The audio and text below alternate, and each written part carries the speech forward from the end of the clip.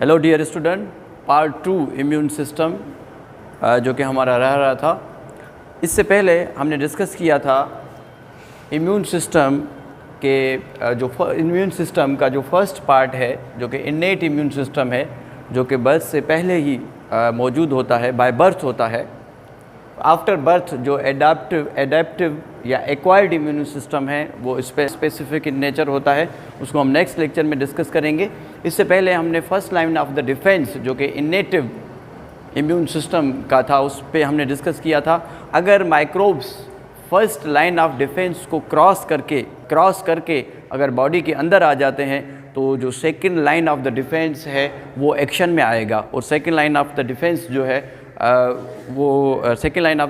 जो है वो काम करेंगे हमारे जो ब्लड के सेल्स हैं WBC, यानी कि वाइट ब्लड कार्पसल्स। ठीक है, तो यहाँ पे आप देखेंगे तो जो second line of the defence है जो कि आज का हमारा टॉपिक है। फर्स्ट लाइन हमने लास्ट लेक्चर में डिस्कस किया था। ठीक है, आप लिंक को ऊपर शेयर करके हमारा फर्स्ट लेक्चर देख सकते हैं। ठीक है, तो जो second line of the defence है ये नॉन स्पेसिफिक है, ये पार्ट है किसका, इनेट इम्यून सिस्टम का। सेकेंड लाइन ऑफ डिफेंस कब काम करता है और second line of the defence कब काम करता है। ठीक है, अब देखें ये बिल्कुल समझें कि ये स्किन है या म्यूकस मेम्ब्रेन है जो कि बैरियर्स होते हैं माइक्रोब्स को या जो फॉरेन मटेरियल है उनको रोकते हैं, जो कि first line of the defence का काम करते हैं। अगर इस बैरियर्स को यानी कि स्किन को और म्यूकस मेम्ब्रेन को जो माइक्रोब्स हैं वो क्रॉस करके बॉडी के अंदर आ जाएंगे। यहाँ पे देख रहे हैं ये माइक्रोब्स इन स्किन को और म्यूकस मेम्ब्रेन को क्रॉस करके बॉडी के अंदर आ गए हैं। जब ये बॉडी के अंदर आ जाएंगे तो second line of the defence अपने एक्शन में आएगा। Second line of the defence अपने एक्शन में आएगा। और second line of the defence कैसे काम करेगा और second line of the defence में कौन कौन सी चीज़ें हम डिस्कस करने वाले हैं और ये सिस्टम कैसे काम करेगा। जो बॉडी के अंदर माइक्रोब्स आ गए हैं, यानी बैक्टीरिया हो, वायरस हो, फंजाई हो या कोई भी पार्टिकल अगर बॉडी के अंदर आ गई है तो उसको हमारा जो इम्यून सिस्टम है जो कि सेकेंड लाइन है इन्नेट सिस्टम की, वो किस तरीके से काम करेगा उस पर हम डिस्कस करेंगे। अगर सेकेंड लाइन ऑफ डिफेंस को आप देखेंगे तो it consist of phagocytic cells and natural killer cells. इसमें फेगोसाइटिक सेल होते हैं, फेगोसाइटिक सेल यानी कि मोनोसाइट्स होते हैं, और नेचुरल किलर सेल होते हैं। ठीक है, और इसमें क्या होता है, और इसमें इन्फ्लामेशन रेस्पॉन्स होता है, यानी अगर कोई चोट लग जाती है या कोई इंसेक्ट वगैरह खा जाता है तो सोजिश आपके स्किन पे हो जाती है। तो ये जो सोजिश हो रही है स्किन पे, ये आपके इम्यून सिस्टम का रिस्पॉन्स है। कैसे है इससे हम डिटेल में बात करेंगे।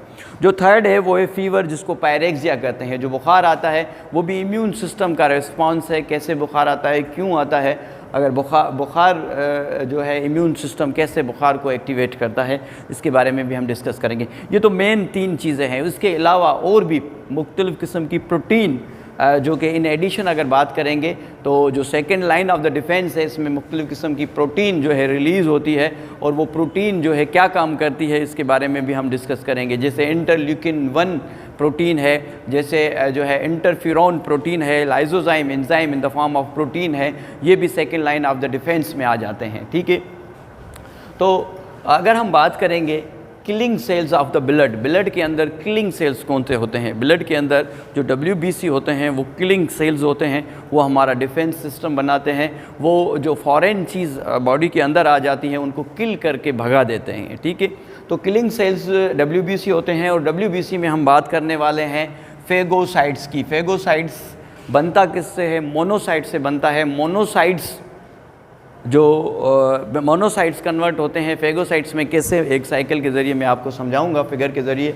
WBC क्या करते हैं, डिस्ट्रॉय द कैंसर सेल को डिस्ट्रॉय करते हैं, या जो वायरस से इन्फेक्टेड सेल हो गए हैं उनको डिस्ट्रॉय करते हैं। ठीक है, और जो माइक्रो ऑर्गेनिज्म हैं इनको भी डिस्ट्रॉय कर देते हैं बाय इनगोल्फिंग, निगल लेते हैं। फेगोसाइट सेल क्या करते हैं, उनको निगल लेते हैं। किसको, जो भी माइक्रो ऑर्गेनिज्म है उनको निगलने का process. This process is called phagocytosis. इस प्रोसेस को हम क्या कहेंगे, फेगोसाइटोसिस। जो इनगोल्फिंग का प्रोसेस है, चैप्टर नंबर 4 में मैंने आपको बताया था, eating of the cell and drinking of the cell.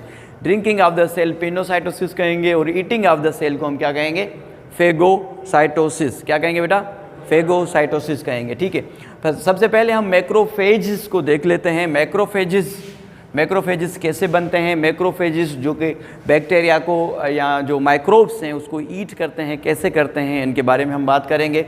Macrophage derived from the monocytes, macrophage बनते कहाँ से हैं, लिए कहाँ से जाते हैं, मोनोसाइट से लिए जाते हैं।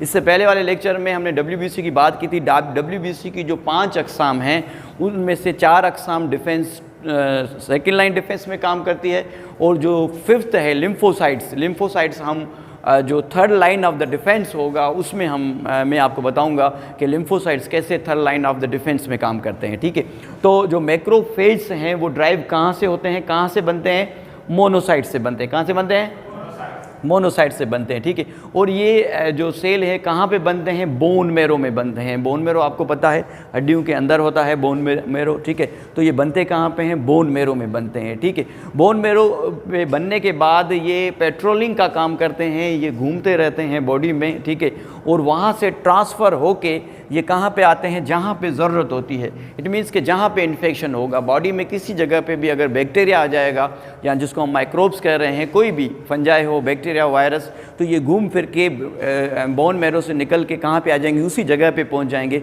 उन स्पेस में पहुँच जाएंगे, और वहाँ पे ये क्या करेंगे, किल करेंगे। काम तमाम किसका करेंगे, माइक्रोब्स का। किसका, माइक्रोब्स का, माइक्रो ऑर्गेनिज्म को ये ख़त्म कर देंगे। ठीक है, जनरली अगर हम देखें कि ये कहाँ पे मिलते हैं, तो जनरली ये लंग्स में, फेफड़ों में मिलते हैं, लिवर में, ठीक है, जिगर में मिलते हैं, स्प्लीन में, तिल्ली में मिलते हैं, किडनी में मिलते हैं, और लिम्फ नोड्स आपको पता है, लिम्फेटिक सिस्टम में हमने लिम्फ नोड पढ़ा था। लिम्फ्स के जो नोड्स हैं, जो किडनी या बीम शेप होते हैं, वहाँ पे भी ये मौजूद होते हैं मैक्रोफेज। अगर लिम्फ नोड में बैक्टीरियाज या जो भी माइक्रो ऑर्गेनिज्म है वो आ जाएंगे तो उनको ये किल कर देंगे। किल कैसे करेंगे, ये ईटिंग करते हैं, फेगोसाइटोसिस का प्रोसेस इसमें होता है। ठीक है, तो ये पेट्रोलिंग का काम करते हैं, ये घूमते रहते हैं कहाँ पे, with in the free space, जहाँ पे फ्री स्पेस होता है या जहाँ पे ज़रूरत होती है वहाँ पे ये पेट्रोलिंग का काम करते रहते हैं, पेट्रोलिंग का काम करते हैं। They destroy the micro organism, ये माइक्रो ऑर्गेनिज्म को मारते हैं। इनके अलावा ये क्या करते हैं, they also display the some part of the micro organism. Some part क्या, उसकी जो एंटीजीन है, आपको पता है ना, एंटीजीन एक स्पेसिफिक प्रोटीन होती है। स्पेसिफिक प्रोटीन अगर बॉडी के अंदर आ जाती है, तो अगर हमारी बॉडी में जो प्रोटीन मौजूद हैं, जो एंटीजीन्स मौजूद हैं, उनको हमारे WBC जानते हैं कि ये हमारी बॉडी के हैं। अगर कोई फॉरेन एंटीजीन किस फॉर्म में हो सकता है, वायरस के फॉर्म में, बैक्टीरिया के फॉर्म में, या और कोई चीज़ आ जाएगी, तो वो स्पेसिफिक एक प्रोटीन होगी, वो अगर हमारी बॉडी में आ जाएगी तो उसको ये मैक्रोफेज क्या करेंगे, इसको पकड़ लेंगे, पकड़ के उनको डिस्ट्रॉय कर रहे हैं। दूसरा काम क्या कर रहे हैं, ये जो है उसके कुछ पार्ट्स यानी उसके अंदर जो खास एंटीजीन्स मौजूद हैं, जो उनके अंदर ही मौजूद होते हैं। बिलफर्ज कोई बैक्टीरिया, बिलफर्ज हम एग्जांपल अभी अगर कोविड की दे दें, कोविड में जो वायरस है, कोरोना वायरस में स्पेसिफिक एंटीजीन्स हैं। वो स्पेसिफिक एंटीजीन्स अगर किसी की बॉडी में आ गए तो मैक्रोफेज उसको पकड़ लेंगे, पकड़ के उसके एंटीजीन्स को अपने सरफेस पे लाएंगे और बाकी सेल्स को बताएंगे कि भाई ये एंटीजीन्स हैं बाहर के। इन फ्यूचर अगर दोबारा ये एंटीजीन्स आ जाएं तो आप इसको पहचान लें। इसका पूरी एक प्रोसीजर है, एक पाथवे है। मैं आपको नेक्स्ट लेक्चर में समझाऊंगा कि किस तरीके से जो ट्रांसफ़र जो हेल्पर सेल हैं, टी हेल्पर सेल, दोबारा वो सिग्नल्स देंगे बी लिम्फोसाइट्स को, टी लिम्फोसाइट्स को, और एक लॉन्ग टर्म मेमोरी सेल बन जाएंगे, और एडाप्टिव इम्यून सिस्टम कैसे बनेगा वो हम नेक्स्ट लेक्चर में डिस्कस करेंगे। ठीक है, तो अब मैक्रोफेज क्या कर रहे हैं, एक तो डिस्ट्रॉय कर रहे हैं जो बैक्टीरिया या जो वायरस या जो भी आ रहा है, XYZ जो भी माइक्रो ऑर्गेनिज्म। दूसरा कि उसके कुछ पार्ट यानी उसके अंदर जो एंटीजीन हैं उनको अपनी बॉडी में ला के एक्सपोज करेगा और बताएगा बाकी सेल्स को कि भाई ये फॉरेन एंटीजीन्स हैं। दोबारा कभी अगर ये माइक्रो ऑर्गेनिज्म बॉडी में आ जाए तो सेकंड जो एक्शन होगा वो फास्ट एंड क्विक होगा। ये फर्स्ट रिस्पांस है, सेकंड रिस्पांस बिल्कुल तेज़ होगा, क्योंकि उनको पता होगा कि यही एंटीजीन है, जल्दी में से उसको हमारा जो इम्यून सिस्टम है ख़त्म कर देगा। ठीक है, अगर हम बात करें इंटरल्यूकिन प्रोटीन की, तो इंटरल्यूकिन प्रोटीन एक ग्रुप है प्रोटीन का जिसको साइटोकाइनेज प्रोटीन कहते हैं, और इसकी 1 से लेके 8 अक़साम होती हैं, जो कि अगर कोई फॉरेन पार्टिकल हमारी बॉडी में आ जाता है, माइक्रोब्स आ जाता है, तो ये मुख्तलिफ़ तरह की प्रोटीन्स, जैसे हमने जिक्र किया था कि इन एडिशन जो सेकेंड लाइन ऑफ डिफेंस है उसमें प्रोटीन भी रिलीज़ होती है। तो प्रोटीन जो है ल्यूकिन प्रोटीन है, ल्यूकिन 1 प्रोटीन। ल्यूकिन 1 प्रोटीन जो है वो फीवर यानी कि बुखार जिसको पायरेक्सिया कहते हैं वो प्रोड्यूस करती है, ठीक है। अच्छा, अगर हम जनरली हम इंटरल्यूकिन की बात करें तो इंटरल्यूकिन जो है वो पोरिलीफेरिन है। पोरिलीफेरिन मीन्स ये नंबर को इंक्रीज़ करती है, किसको, नंबर्स, किसके, मैक्रोफेज के नंबर्स को ये इंक्रीज़ करती है। कैसे, मैं आपको बताऊंगा अभी। एक्टिवेशन करती है, मैक्रोफेज को एक्टिवेट करती है, ठीक है। मैच्योरेशन करवाती है, उनको मैच्योर करती है, नीचे दी गई हम इस फिगर में देखेंगे। और डिफ्रेंशिएशन करती है किसकी, इम्यून सेल की। इम्यून सेल डिफ्रेंशिएट हो जाएंगे और वो जो है जो आने वाले जो फॉरेन माइक्रो ऑर्गेनिज्म हैं उनको इनगॉल्फ कर लेंगे। अगर आप इस पिक्चर में देखेंगे फ़र्ज़ करें कि ये एक बैक्टीरिया है, क्या है ये एक बैक्टीरियम है। इस बैक्टीरियम के ऊपर ये जो रेड कलर का मैंने ये बनाया हुआ है ये एंटीजीन है। ये क्या है, एंटीजीन है, जो ट्रायंगुलर फॉर्म में मैंने इसे बनाया हुआ है, ये क्या है, एंटीजीन है। फ़र्ज़ करेंगे ये एंटीजीन ए है, ये एंटीजीन बी है, ये एंटीजीन सी है, ये एंटीजीन डी है। मैं आपको समझाने के लिए बता रहा हूँ, ठीक है। जब ये बैक्टीरिया हमारी बॉडी में इन्वेडेड हो जाएगा, अगर बॉडी में घुस जाएगा, मीन्स के first line of the defence system cross करके जब बॉडी के अंदर ये बैक्टीरिया आ जाएंगे तो क्या होगा कि जो मैक्रोफेज है, मैक्रोफेज इनको खा लेंगे। मैक्रोफेज क्या करेंगे, इनको खा लेंगे। जैसे मैंने यहाँ पे लिखा हुआ भी है, मैक्रोफेज इनको जब खा लेंगे तो मैक्रोफेज खा के इनको डिस्ट्रॉय कर देंगे। और दूसरा काम क्या करेंगे कि कुछ बॉडी के पार्ट को, ये वाला क्या है, एंटीजीन्स हैं, कुछ बॉडी के पार्ट को ये अपने सरफेस पे, ये इसकी ऊपर की सरफेस है मैक्रोफेज, उसको एक्सपोज करेंगे, डिस्प्ले करेंगे, ठीक है। ये डिस्प्ले क्यों कर रहे हैं, क्योंकि जो दूसरे सेल हैं, जो दूसरे सेल हैं, जैसे कि जो टी हेल्पर सेल हैं, वो इसको पहचान ले और पहचानने के बाद ये सिग्नल दे दूसरे सेल्स को कि ये एंटीजीन्स जो हैं फॉरेन एंटीजीन्स हैं और ये आ गए हैं, ठीक है। एक मैक्रोफेज काम क्या कर रहे हैं, जो माइक्रोब्स आ रहे हैं उनको डिस्ट्रॉय कर रहे हैं, दूसरे उसके जो एंटीजीन हैं उसको डिस्प्ले कर रहे हैं अपने सरफेस पे। समझ रहे हैं बात को, ठीक है। उसके बाद क्या होगा कि जो मैक्रोफेज है वो engulf the bacteria and also display, ये बात हो गई, ठीक है। इसमें से जब एंटीजीन्स एक्सपोज होंगे, डिस्प्ले होंगे, तो ये सिक्रीट करेगा प्रोटीन। ये प्रोटीन भी सिक्रीट करता है, जो कि हमने लेक्चर में बात की थी, ठीक है। ये क्या कर रहा है, प्रोटीन को भी सिक्रीट कर रहा है। अब ये जो प्रोटीन इसमें सिक्रीट हो रही है, जैसे कि इंटरल्यूकिन 1 जो कि फीवर प्रोड्यूस कर रही है, बॉडी के टेम्परेचर को रेज कर रही है, ठीक है। एक इसका काम ये है। दूसरा काम इसका ये है कि इसमें से कुछ प्रोटीन क्या करती है कि मोनोसाइट्स को स्टिमुलेट करती है, मोनोसाइट को स्टिमुलेट करती है, मोनोसाइट को ट्रिगर करती है कि ये मोनोसाइट्स जो हैं मैच्योर हो जाएं और मोनोसाइट से क्या बन जाएं, मैक्रोफेज बन जाएं। जो मैंने पहले फर्स्ट हमने लेक्चर शुरू किया था कि मोनोसाइट से ही मैक्रोफेज बनते हैं। और मोनोसाइट्स को ट्रिगर कौन कर रहा है, जब कोई फॉरेन बॉडी आ रही है और उससे प्रोटीन बन रही है, और ये प्रोटीन जो है इन मोनोसाइट्स को ट्रिगर कर रही है कि आप जो है मोनोसाइट भाई आप बनाएं क्या, मैक्रोफेज बना लें, ताकि जो बैक्टीरिया हैं बैक्टीरिया को ये इनगोल्फ कर लें, ठीक है, ये बैक्टीरिया को खा लें, ठीक है। समझ रहे हैं बात को।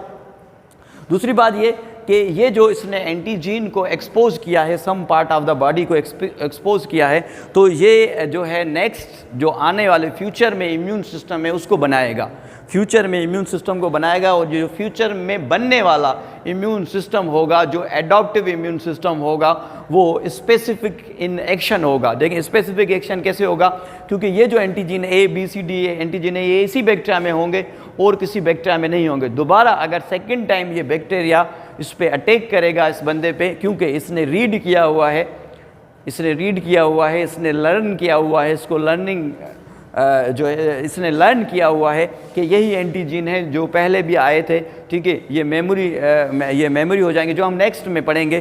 तो जो इसमें जो सेकेंड लाइन डिफेंस में क्या बन रहा है, फ्यूचर की गाइडलाइन भी जा रही है कि फ्यूचर में अगर कोई माइक्रोब्स आ गया तो उसको आपने पकड़ के जल्दी से एक्शन करना है। तो ये वाली जो बात है, स्पेसिफिक इम्यून रिस्पॉन्स इनिशिएट कहाँ से होता है, यहाँ से होता है जब ये एक्सपोज कर रहे हैं एंटीजन। स्पेसिफिक इम्यून रिस्पांस को हम नेक्स्ट लेक्चर में पढ़ेंगे। यहाँ पे हम इस लेक्चर को वाइंड अप करते हैं। बाकी इसमें कौन सी चीज़ रहेगी, इसमें इन्फ्लामेशन और फीवर, पायरेक्सिया, उसको हम नेक्स्ट लेक्चर में डिस्कस करेंगे। Thank you so much.